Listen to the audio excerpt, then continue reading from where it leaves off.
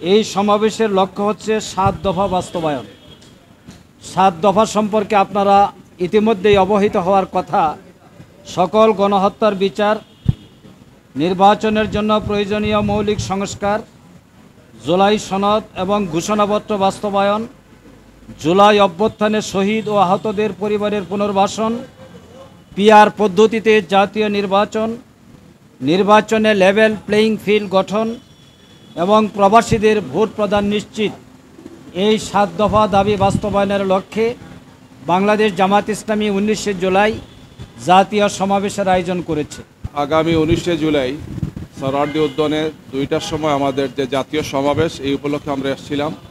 গতকালকে স্বরাষ্ট্র মন্ত্রণালয়ের দায়িত্বে নিয়োজিত সম্মানিত উপদেষ্টার সাথে আমাদের ২জন সিনিয়র দায়িত্বশীল মিটিং করেছেন। এরই ধারাবাহিকতায় আমরা আজকে ডিএমপি কমিশনার অফিসে এসেছিলাম। আমরা ওনাদেরকে অবহিত করেছি, আমাদের পরিকল্পনা ওনাদেরকে জানিয়েছি এবং এ ব্যাপারে প্রয়োজনীয় সহযোগিতা ওনারা করবে সেটা আমাদেরকে আশ্বস্ত করেছে। ওয়ালটন এখন দেশের সীমানা পেরিয়ে পৌঁছে গিয়েছে ৫০টিরও বেশি দেশে। ওয়ালটন, ঘরে ঘরে বিশ্বজুড়ে।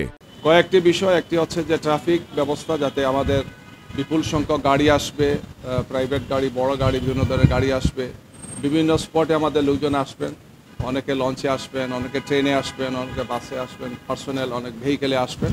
এই সমস্ত বিষয়গুলো যাতে ওনারা নিশ্চিত করেন, গাড়ি ঢোকা, গাড়ি বের হওয়া, গাড়িগুলোকে এক জায়গাতে রাখার বিষয়টি এটা যাতে ওনারা নিশ্চিত করেন।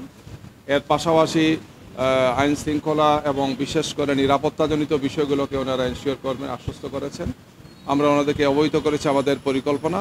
আমরা ফার্দার আর ওনাদের সাথে যোগাযোগ রাখবো। ওনারা পরিকল্পনা নিচ্ছেন, আমাদেরও কিছু পরিকল্পনা আছে। দুটো মিলেই একটি সুন্দর, সুষ্ঠু এবং শান্তিপূর্ণভাবে এই জাতীয় সমাবেশটি যাতে অনুষ্ঠিত হয়, আমরা সেই ব্যাপারে একটি কার্যকর পরিকল্পনা নিয়েছি এবং সেটা বাস্তবায়ন হবে ইনশাআল্লাহ।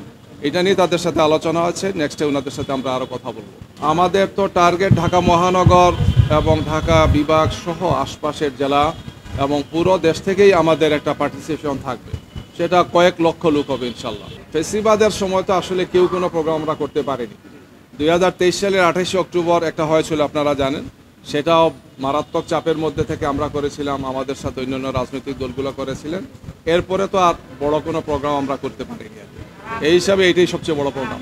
আমরা এই জাতীয় সমাবেশে ফেসিবাদ বিরোধী আন্দোলনে যারা ছিলেন আমরা সবাইকে দাওয়াত দেব। জি, আমরা তো এটা অনেক আগেই চিঠি দিয়েছি পূর্ত মন্ত্রণালয়কে। ওনারা আমাদেরকে মাঠের পারমিশন তো পুলিশ দেয় না, সেই পারমিশন দিয়েছেন। আমরা আজকে আসছিলাম ওনাদেরকে অবহিত করা, পরিকল্পনা ওনাদের সাথে শেয়ার করা, যাতে সুন্দর শান্তিপূর্ণভাবে সেটা হয়, এটা ওনারা আমাদেরকে আশ্বস্ত করেছেন।